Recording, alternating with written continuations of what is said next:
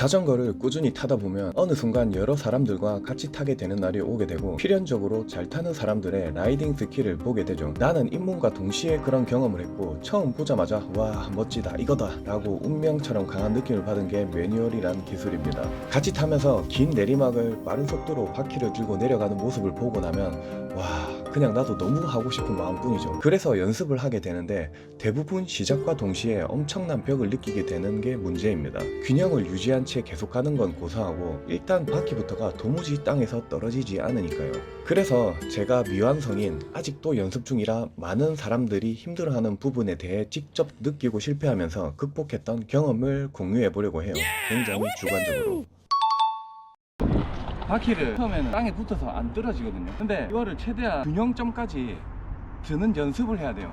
보통 잘못된 게 뒤로 넘어가는 게 무서워서 이런 식으로 드는 사람 많고, MTB는 체중 이동입니다.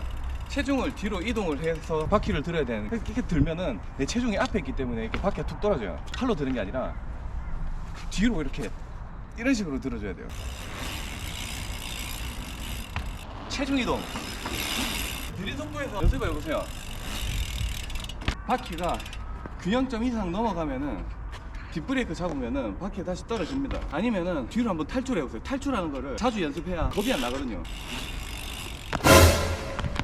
내가 고전하니 너무 빠른 속도에서 탈출하지 마십시오. 다칩니다. 일단 바퀴 드는 것부터 연습을 하세요. 이게 균형점이 딱 있거든요. 그 균형점까지 들어서 내리고 딱 그거를 먼저 연습을 하는 거를 추천합니다.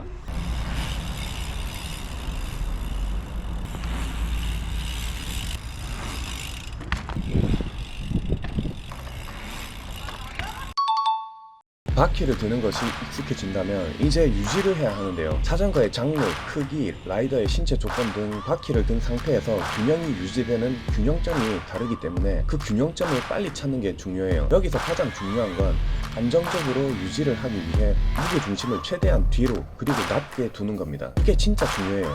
그래야 균형점이 낮아지게 되고 균형점을 오버해서 뒤로 넘어가게 되는 걸 막을 수 있어요. 무게 중심을 뒤로 낮게 이게 되지 않으면 운 좋게 균형점을 잡고 유지를 하더라도 금방 밸런스가 깨지고 바퀴가 떨어지게 됩니다.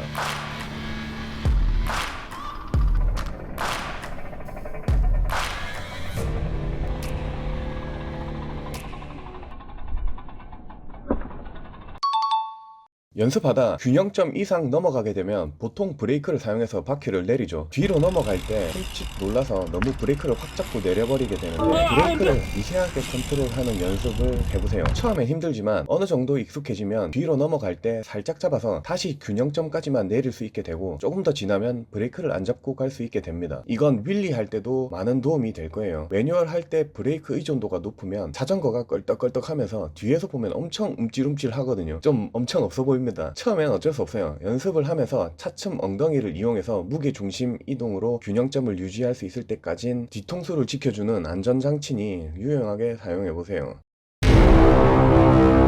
네, 여기까지는 아마 쉽게 따라 할 수 있을 겁니다. 문제는 바퀴도 잘 들고 브레이크도 잘 쓰는데 저는 자전거가 자꾸 좌우로 기울어져요 하는 분들이 있을 거예요. 저도 상당히 힘들어했던 문제거든요. 누가 좀 제대로 알려주는 사람이 있었으면 이 구간을 빨리 스킵할 수 있었을 텐데 혼자서 고민하고 연습하면서 좀 많은 시간을 까먹은 구간이기도 하고요. 심지어 이런 생각도 했습니다. 왼쪽 호주머니에 핸드폰이 있어서 자꾸 기울어지나? 하면서 호주머니 밸런스까지 조정하는 고민을 했을 정도니까요. 자전거가 좌우로 기울어지는 건 바퀴를 들 때 문제가 있기 때문입니다. 바퀴를 들 때 무서워서 몸이 경직돼 있거나 팔에 힘이 많이 들어가거나 혹은 오른팔이나 왼팔의 균형이 맞지 않게 바퀴를 들어 올리기 때문에 기울어지는 경우가 많아서요. 그러니까 바퀴를 드는 시작부터 잘못된 건데 엉뚱한 호주머니 밸런스를 찾고 있었으니 얼마나 답답했겠습니까? 그래서 어떻게 연습하냐고요? 수많은 강좌 영상에서 다양하게 앞바퀴 드는 법을 설명하는데 제 경우는 천천히 중심을 낮추면서 뒤로 체중 이동할 때 핸들바를 잡고 앞으로 쭉 밀어줬습니다. 최대한 릴렉스 하고요.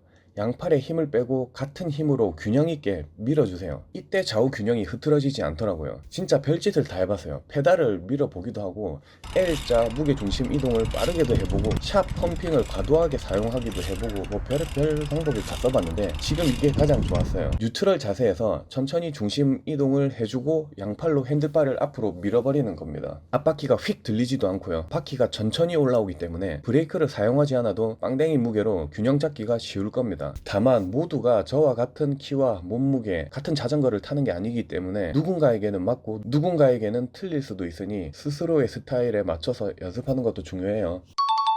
연습 장소도 중요합니다. 집 근처에 최대한 길게 뻗은 내리막길이 있는지 찾아보세요. 경사가 완만한 내리막에서 매뉴얼 연습을 하는 건 평지에서 하는 것보다 체력 소모도 줄고 좌우 앞뒤 균형 감각이 없을 때 지향의 가속력으로 많은 도움이 됩니다. 다들 힘들면 집에 가잖아요. 집에 가는 시간을 늦추고 연습 시간을 늘려줍니다. 과학기술의 발달로 스마트폰이 대중화된 이 시대에 귀찮더라도 자신이 연습하는 모습을 2인칭 시점으로 기록해보세요. 그리고 정답 영상과 비교 분석함으로써 내가 고쳐야 할 부분을 직관적으로 알아볼 수 있게 됩니다. 복잡한 미로 속에 갇혀있을 때와 그 미로 전체를 볼 수 있을 때 탈출 속도는 어마어마한 것만큼 실력 향상의 차이가 나올 겁니다. 자기가 타는 모습을 영상으로 보면은 어떤 자세가 잘못됐고 어떤 게 좀 부족하고 이게 좀 보이거든요. 자세를 고치기가 쉽습니다. 그리고 그 매뉴얼 같은 경우에는 진짜 짧은 시간에 되는 게 아니에요. 꾸준히 연습을 해야 됩니다. 하루에 뭐 1시간 30분이라도 나와가지고 깔짝깔짝 연습하다 보면은 조금씩 발전할 거예요. 이게 처음에는 툭 떨어지고 저 그랬거든요. 가면 갈수록 균형 감각이 이렇게 몸에 배이면서 자연스럽게 될 수 있을 때까지 저도 연습을 할 생각입니다. 네, 그래요. 끝.